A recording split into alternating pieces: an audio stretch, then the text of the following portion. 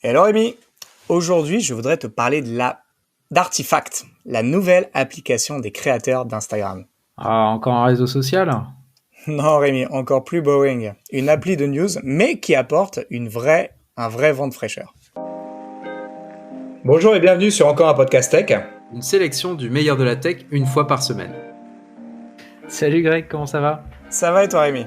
Ma foi, nickel, nickel. Oh là là, on enchaîne à deux épisodes, 3 épisodes de suite, c'est la folie quoi. Et ouais, on est revenu comme aux plus grandes heures du podcast Rémi. Non, bah écoute, aujourd'hui je voudrais te parler d'un sujet assez intéressant, puisqu'en fait, on a les fondateurs d'Instagram, Kevin Systrom et le deuxième, j'oublie toujours. C'est pas grave, ils sont milliardaires. Les fondateurs d'Instagram, quoi. Les fondateurs, donc ils étaient deux en fait. Et Instagram. un. Pardon, Instagram. Alors, Instagram, exactement. Et en fait, oh, putain, merde. Et en fait, c'est deux gars qui ont du coup qui sont partis de Facebook suite au rachat d'Instagram et qui ont monté un fonds, je crois. Et là, notamment, ils ont lancé une application il y a quelques mois, début d'année, qui s'appelle Artifact et qui est une application de news en fait. Voilà, assez classique, mais en vrai, il se cache beaucoup derrière Artifact, et c'est ça que j'aimerais partager aussi avec toi aujourd'hui. Parfait. Bah écoute, je suis chaud. Ok, est-ce que déjà tu as eu l'occasion de tester Artifact? Est-ce que le nom te dit quelque chose? Alors absolument, comme je te le disais off, j'ai installé l'application, j'ai créé mon compte, je l'ai lancé une fois et depuis j'ai les notifications qui arrivent régulièrement. Mais comme j'ai un mois de backlog sur les newsletters que je lis, je n'ai même pas ouvert l'application. Donc là, je viens de l'ouvrir, elle est sous mes yeux voilà, pour faire style que je sais de quoi je parle.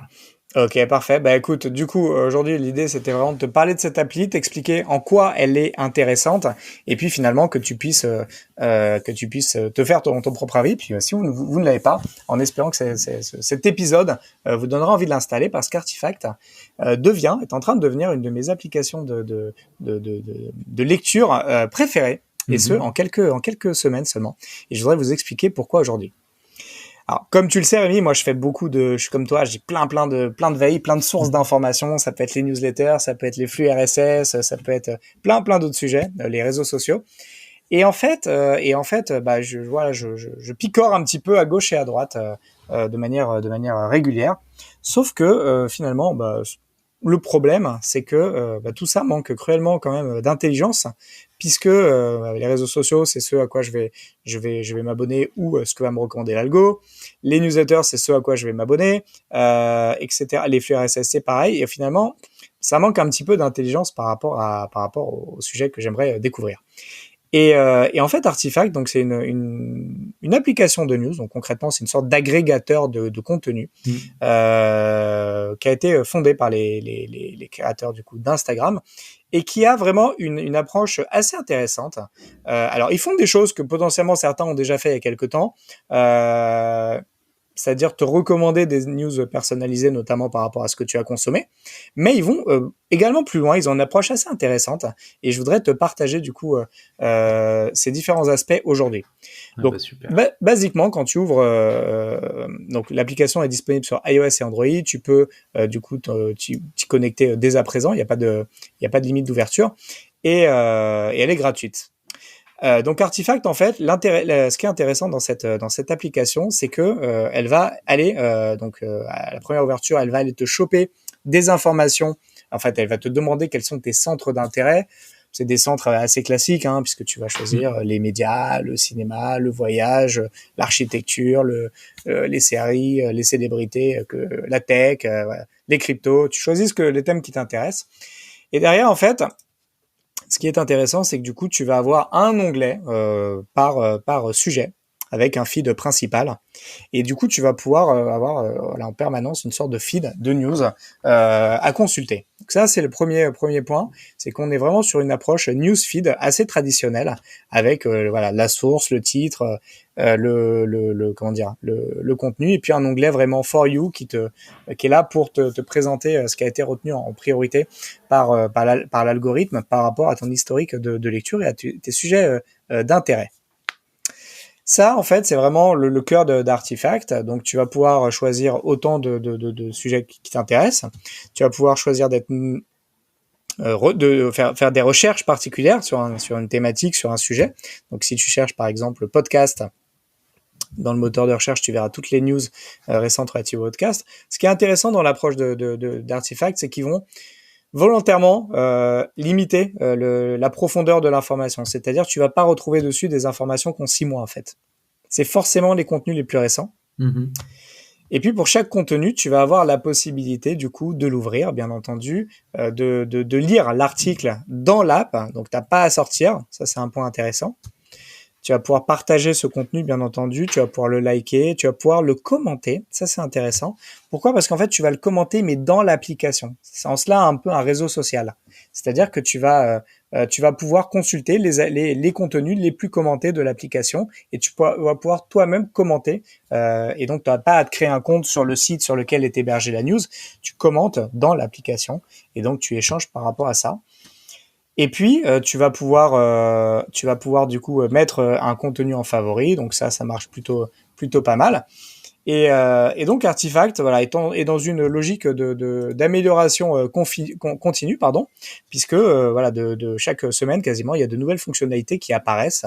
Les plus récentes sont l'introduction de réactions comme sur les réseaux sociaux, donc tu vas pouvoir liker du coup un contenu, tu vas pouvoir voilà, le partager, et puis tu vas pouvoir aussi le mettre de côté si tu veux le mettre en favori pour plus tard. Tu vas pouvoir également utiliser l'intelligence artificielle pour résumer le contenu. Ça, c'est assez intéressant. Donc, si tu as un article assez long, tu vas avoir... Tu m'entends, Rémi? Ouais. Non, justement, j'allais regarder. Ouais. Si tu as un article assez long, tu vas pouvoir très rapidement le résumer. Alors, il y a des trucs marrants, c'est genre résume-le-moi comme si j'avais 5 ans, résume-le-moi avec des emojis, des trucs un peu marrants.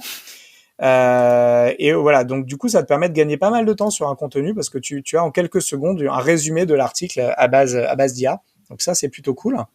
Tu as même une option résume-le-moi dans le style de la Gen Z. Donc, si tu veux voir un petit peu comment les jeunes comprendraient et relateraient cet article. Et puis, tu as d'autres fonctionnalités qui sont intéressantes, comme par exemple, justement, cette notion ils essaient vraiment d'en faire un hub, comment dire, de contenu, de qualité. Ouais. Donc il y a un vrai je sais pas comment les choses sont sélectionnées, je pense en grande partie automatiquement, mais par contre ce qui est intéressant c'est que tu peux t'abonner à des auteurs par exemple. Tu peux du coup tu as des auteurs de contenu qui publient des blogs et des sites qui sont du coup qui ont un profil désormais sur Artifact et que tu peux les suivre et donc tu vas être notifié à chaque fois qu'ils publient un contenu. Enfin, en tout cas, ça va se mettre dans ton feed à chaque fois qu'ils publient un contenu. Donc, tu peux t'abonner, comme tu le ferais sur Twitter, à des auteurs. Ça, c'est un point qui est assez intéressant. Un autre point intéressant, c'est que dans une logique justement de garder quelque chose de quali, Artifact te permet de mettre quelque chose, de signaler une news comme étant clickbait. Donc, clickbait, c'est les contenus qui ont des titres un peu, on dit putaclic en français, des titres accrocheurs inutilement, qui survendent en fait le contenu de l'article. Et donc ça, finalement, ça nuit pas mal en fait au web. Et ce qui est intéressant dans Artifact, c'est comme une surcouche en fait sur ces contenus, permet justement d'épurer cela et de dire ce contenu-là, il a été remonté comme n'étant pas de qualité ou trompeur, et donc on le dégage, on le propose pas aux nouvelles personnes. Et donc c'est ça qui m'intéresse moi dans l'approche d'Artifact, c'est que c'est à la fois un outil de curation, mais que tu as une couche quand même sociale par-dessus, sociale et un peu IA bien entendu, qui en fait un outil tout à fait à part en fait, sur lequel moi j'ai pas tellement d'équivalent. Il y a plein d'outils intéressants pour récupérer de la veille. Moi j'utilise par exemple Meko qui est une sorte d'application qui va afficher toutes les newsletters auxquelles je suis abonné et qui me permet de naviguer de l'une à l'autre sans ouvrir une boîte mail. Ça, c'est un autre mode de consommation. Mais j'aime bien l'approche d'Artifact parce que du coup, ils ont une notion d'essayer d'authentifier, d'avoir du contenu propre sur la plateforme avec l'identification des auteurs, avec la possibilité de commenter, avec la possibilité de liker, et puis derrière effectivement nettoyer avec le clickbait, et puis te proposer du contenu toujours plus personnalisé. Et donc moi de plus en plus, il m'arrive sur un thème particulier, de rechercher ce qui se dit dessus sur Artifact, et donc d'avoir une petite sélection d'articles que je peux directement consommer ou envoyer vers mes outils de veille préférés. Donc voilà, je trouve que l'application, en tout cas, elle gagne à être testée. Il y a quand même un bémol important, hein, je vais le préciser, c'est que pour l'instant, c'est que du contenu en anglais. Donc si vous n'êtes pas très très fluent, laissez tomber. Mais en tout cas, sur ce scope, je trouve que la proposition de valeur, en tout cas, est hyper intéressante. Ouais. Et moi, ce que je trouve pas mal aussi, c'est que il y a un onboarding, donc comment on dit en français, un démarrage, un apprentissage en fait de l'application qui est assez progressif. Là, par exemple, moi, je vois que je ne l'ai quasiment jamais utilisé. Et en fait, pour pouvoir commencer à personnaliser et accéder à des fonctionnalités qui sont de base dans l'application, mais on n'y a pas accès directement quand on lance l'application pour la première fois et tant qu'on n'a pas lu un certain nombre d'articles. Je trouve que c'est une bonne idée parce que du coup, ça permet d'apprendre l'application, son fonctionnement petit à petit.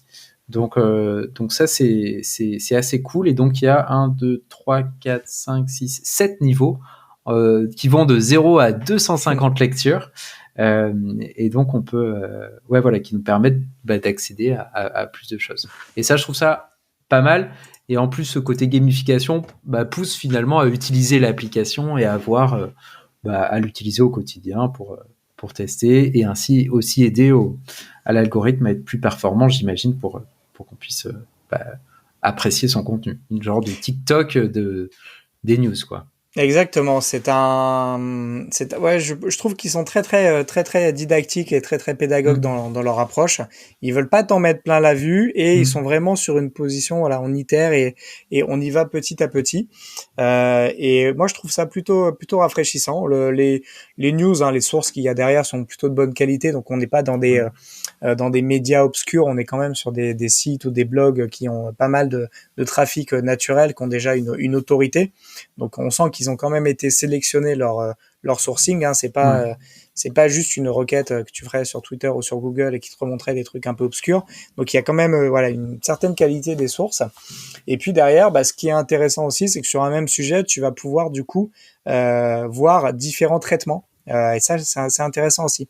C'est que du coup, tu vois, si tu suis le Festival de Cannes, tu vas pouvoir du coup avoir plein d'articles qui vont traiter du Festival de Cannes ou d'un film en particulier, et donc d'avoir une sorte de regroupement de ces contenus par thématique, et puis voilà, tu pourras du coup passer d'un média à l'autre en fonction de ce qui te semble pertinent. Donc voilà, moi c'est une appli que je me surprends de plus en plus à ouvrir quand j'ai un petit temps mort dans la journée pour du coup voir ce qui s'y passe, et tel un réseau social mais en moins addictif. T'as vraiment ce système du scroll, hein, qui est qu'on connaît bien, mais appliqué sur vraiment du contenu texte. Et à l'heure où on sait que du coup Instagram prépare une offensive dans ce sens-là, je crois que c'est le projet Genova. Du coup, c'est intéressant de voir que l'idée a mûri auprès des créateurs initiaux d'Instagram, et qu'ils ont du coup lancé un produit. Donc voilà, pour l'instant c'est complètement gratuit, il y a pas de pub dans l'application. Je pense que ça sera le modèle à un moment donné retenu pour la monétisation. Mais en tout cas, voilà, c'est assez agréable à utiliser. Donc n'hésitez pas si vous cherchez une appli pour vous tenir au courant en anglais. Celle-ci est plutôt bien foutue. Carrément. Et elle existe. Est-ce qu'elle est... Alors moi, du coup, je l'ai utilisée sur iPad, mais je sais pas si elle est sur Android aussi. J'imagine qu'elle est sur iOS. Elle est sur iOS et Android, tout à fait.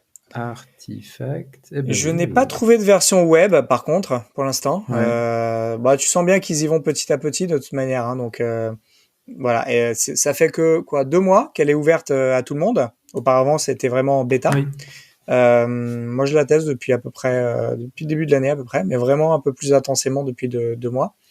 et notamment voilà les fonctionnalités de résumé d'articles, je trouve assez bien foutues. Et puis je vois vraiment quasiment chaque semaine ils introduisent une nouvelle fonctionnalité. Donc ils sont sur une bonne tendance. Donc moi ça m'intéresse de voir où est-ce qu'ils comptent aller comme ça. Et donc par rapport, si tu l'utilises depuis plusieurs mois, est-ce que tu sens que les articles qui sont poussés, ils t'intéressent tous? Tu trouves que c'est vraiment bien fait? Enfin, est-ce que tu sens que ça a été personnalisé en fonction de ce que tu as consommé précédemment? Comme TikTok, écoute, en fait. Ouais, si j'en juge le temps que je passe dans l'appli qui est croissant, je pense que effectivement la reco est de plus en plus pertinente. Et puis tu peux de toute manière en permanence l'ajuster puisque tu peux dire si un contenu ne t'intéresse pas, tu peux le dislike et donc du coup il va être automatiquement rétrogradé et on te proposera moins d'articles sur sur la même thématique. Donc c'est moins fourbe que TikTok puisque du coup tu dois déclarer des centres d'intérêt en amont, mais par contre effectivement tout comme TikTok il y a une logique d'apprentissage de l'outil par rapport à ce que tu as consommé et ça je trouve ça assez intéressant comme approche. C'est pas nouveau, hein, moi j'utilisais des applis comme Zite, des applis qui faisaient ça il y a des années, de la recommandation et vraiment j'utilisais quasiment que ça pour m'alimenter et puis elles ont toutes fermé les unes après les autres. Espérons que celle-ci dure un petit peu plus longtemps. En tout cas moi je prends pas mal de plaisir à l'utiliser. Donc si vous souhaitez tester, c'est Artifact sur iOS et Android. Bah super, merci. Bah écoute, je vais m'y remettre. Du coup, tu m'as donné. En plus, je l'ai vu que je l'avais installé déjà sur mon téléphone, mais que je l'utilisais pas. T'as fait le plus gros. Ouais, exactement. Là, c'était compliqué. Bah super. Écoute, merci beaucoup pour cette vue sur cette application. Ça m'a redonné envie de regarder. J'espère que vous aussi, auditeurs, ou même de l'installer pour voir. Peut-être découvrir des nouvelles pépites, des nouvelles actualités, de nouvelles articles qui vont vous intéresser. Fantastique. Exact. Bah écoute, super. Rémi, je te souhaite une bonne fin de journée. Du coup, si on a fait le tour du sujet. Et puis, on se revoit la semaine prochaine pour parler d'un sujet à voir. Mystère. Avec plaisir. Salut Greg. Salut, bonne soirée. Ciao. Merci de votre attention. Si l'épisode vous a plu et que vous souhaitez nous aider, laissez votre avis sur Apple Podcast, car les podcasts, c'est le truc le plus dur à découvrir. Pour recevoir chaque nouvel épisode à sa sortie, abonnez-vous sur encoreunpodcast.tech. Vous pouvez également vous abonner à nos newsletters gregtayeb.substack.com et lebrief.tech.